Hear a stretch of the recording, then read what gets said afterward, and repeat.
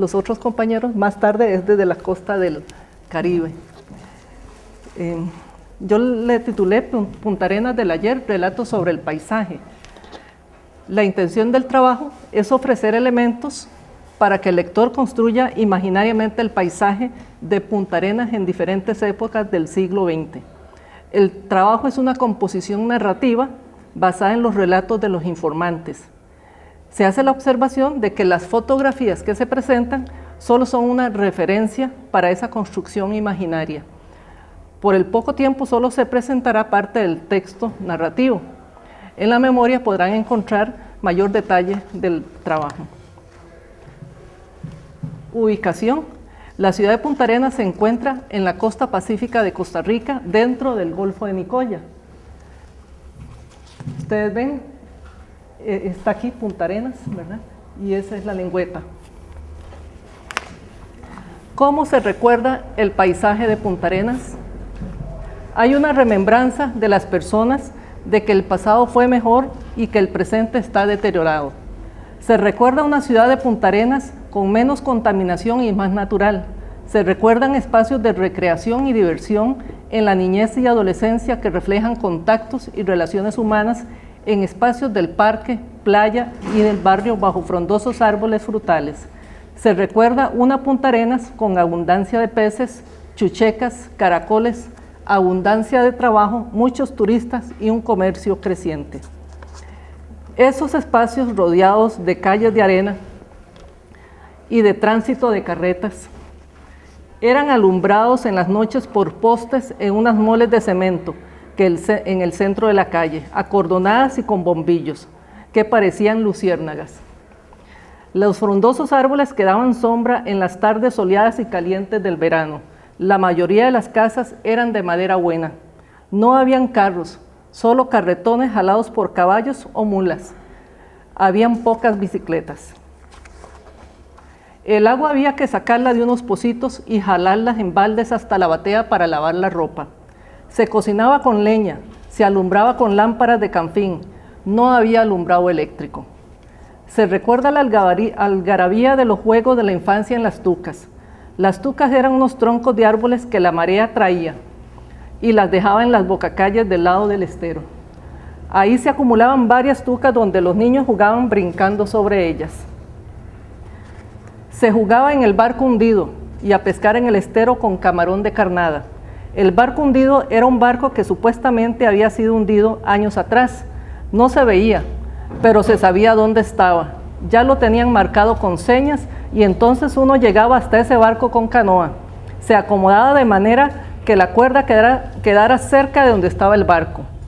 Era un barco de madera, se supone que era un camaronero que se había hundido hace muchos años. Entonces había servido como hábitat de especies y eso estaba muy cerca del manglar. Se jugaba en la playa, una playa llena de caracoles y cangrejos, que salían corriendo cuando se les perseguía y se escondían en los agujeros dentro de la arena. En la playa había un encierro para proteger a los bañistas de los tiburones y las mantarrayas que en esa época abundaban. El lugar donde se encontraba este cerco, que formaba una piscina en el mar, fue conocido con el nombre Los Baños, localizado en las cercanías de la actual aduana. Luego se levantó un nuevo edificio de baños que contaría con otras facilidades: guardar pertenencias, baños para quitarse el agua de sal, salas para lectura y reposo, salón para actividades sociales y de esparcimiento. Se pescaba en el muelle, a pasar el día entero y hasta amanecer a veces, a la espera de que un pez pique el anzuelo. Bajo ese sol abrasador, esperando la caída de la tarde, ver esos celajes y sentir la brisa y el olor marino. Otros niños jugaban a las bolinchas o choclas, trompos, quedó o escondidas, bajo la sombra de esos grandes árboles de almendros, tamarindos, guayabas, nances, guindas y de mamón, en la plaza o en el parque, pasando el resto del día hasta la hora de la cena. En el parque de la iglesia, donde había grandes espacios con frondosos árboles para jugar escondido, quedó o bicicleta. El parque Mori Cañas era otro lugar donde jugaban los huilas. El parque tenía grandes y frondosos árboles y había juegos como rueda de Chicago, tobogán, hamacas, pasamanos, subibajas. También había una cancha de tenis. Se jugaba fútbol y quedó. Alrededor del parque habían casitas de madera y otras casas de familias más acomodadas. Algunas noches había retreta en el Parque Victoria. En las noches de retreta, la banda salía del cuartel e iba desfilando tocando marchas hasta el Parque Victoria.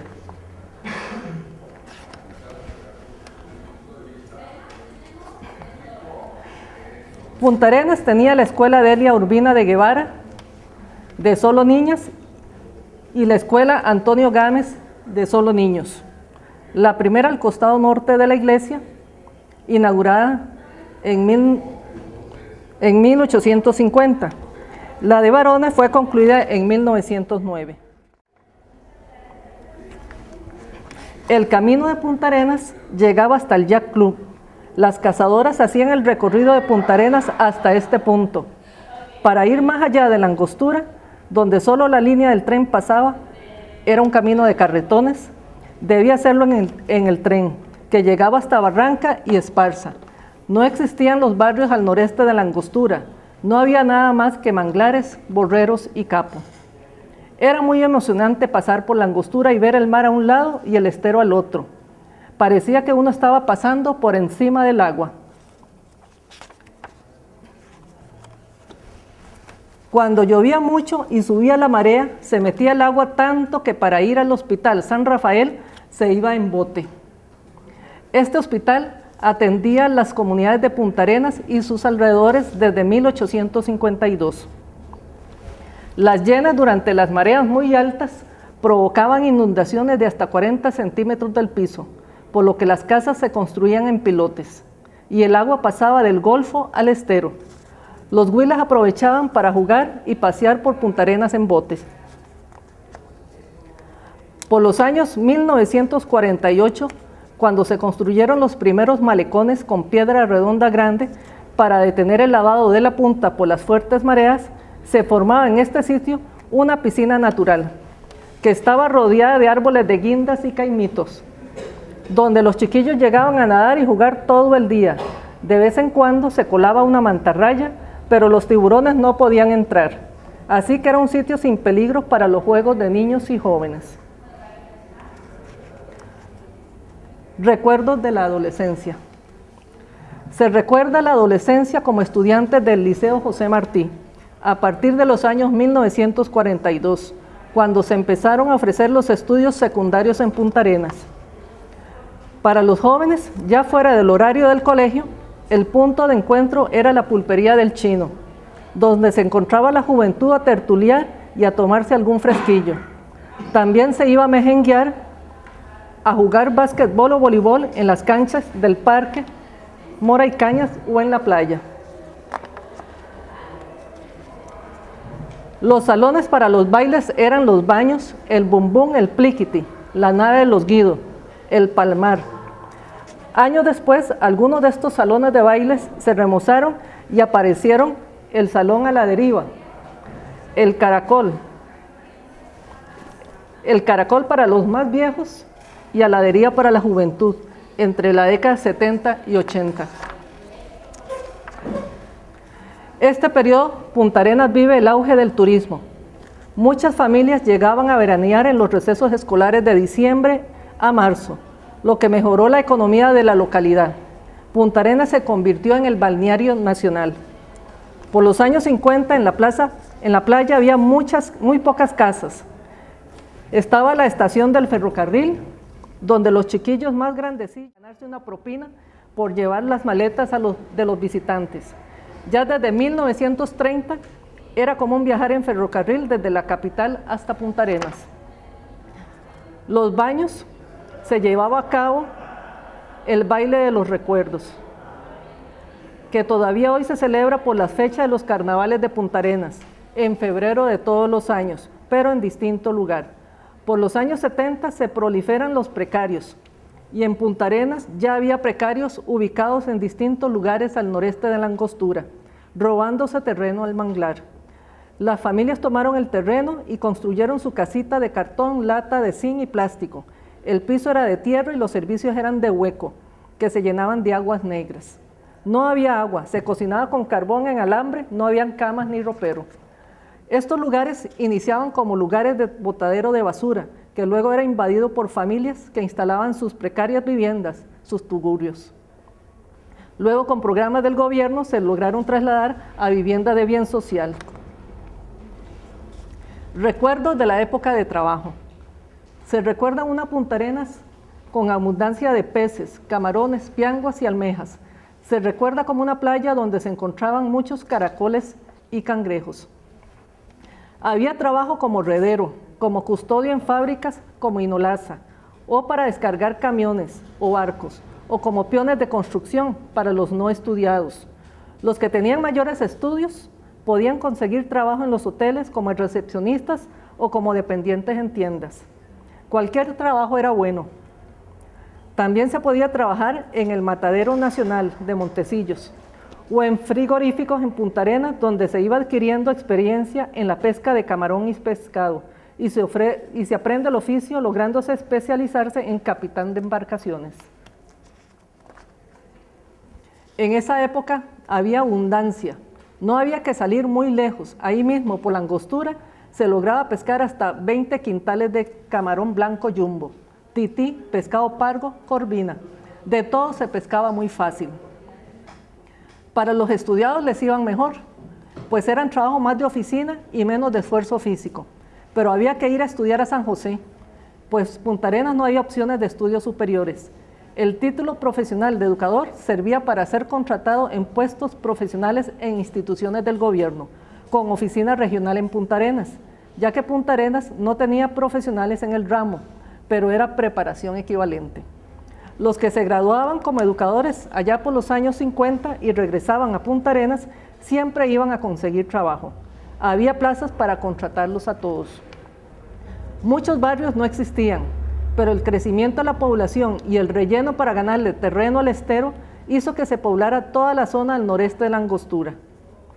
A partir de 1970 se inician los festejos de carnavales de Punta Arenas, que atraen a gran cantidad de turistas en las primeras semanas del mes de febrero de cada año, en la época de verano, finalizando las vacaciones escolares. Muchas familias, sobre todo de la meseta central, aprovechan para disfrutar de los carnavales y dar el adiós a las vacaciones.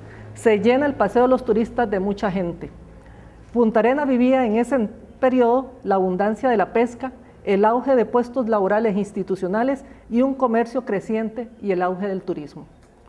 Después de 1980, en 1981, el muelle se trasladó a Caldera y junto con esto, la apertura de nuevos sitios turísticos a lo largo de la costa pacífica hizo que se disminuyera el turismo en la ciudad.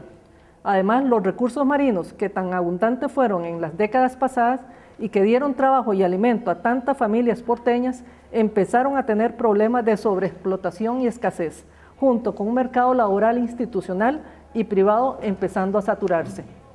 Los grupos comunitarios se organizaron para reactivar la economía del puerto, en conjunto con las autoridades gubernamentales. Cuando hay alguna actividad, Punta Arenas se llena de turistas. Cuando todos se van, la ciudad vuelve a la normalidad a la espera del próximo evento que atraiga el turismo y llena de vida de nuevo el puerto. Así es el puerto, dependiente del turismo, el comercio y la pesca. Conclusiones. Se ha tratado de reconstruir a través del relato de las personas entrevistadas el paisaje de la ciudad de Punta Arenas y comunidades aledañas en un periodo que va desde 1930 al 2014. Se puede observar que el paisaje del puerto ha sido modificado grandemente desde los inicios del siglo XX hasta nuestros días, producto de la reconfiguración de la morfología geográfica y ecológica, así como de las inversiones gubernamentales, el trabajo y la vida misma de sus pobladores.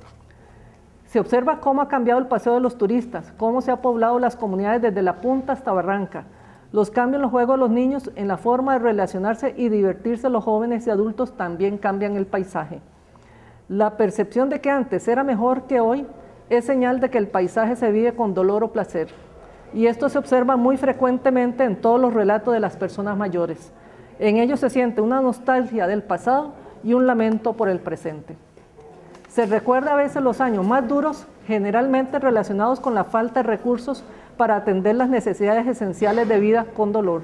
El paisaje aquí describe los males que acompaña a la pobreza: hambre, desempleo, tugurios. El paisaje se vive con placer cuando se rememora los espacios de ocio y recreación, la tertulia en la pulpería, los bailes, los juegos en la playa y el parque, las vacaciones escolares, las fiestas y los carnavales. El turismo tiende a reutilizar o resignificar los espacios originarios del ocio construidos por los propios pobladores. El paisaje fue a partir de cierto momento el atractivo para la visita de turistas al puerto, para disfrutar del sol, playa y arena. Finalmente, ¿de qué manera pueden encontrarse nuevos espacios de empleo y por tanto de cierta realización social que incluya el modelo turístico deseable, apertura de mayores posibilidades de empleo público, reactivación de la economía y comercio local, así como aumento de la reserva de recursos marinos que permita el ascenso social de los sectores de población más vulnerable y mejorar la calidad de vida de las familias? Y cómo el paisaje se configura y reconfigura para aportar a esta premisa. Muchas gracias.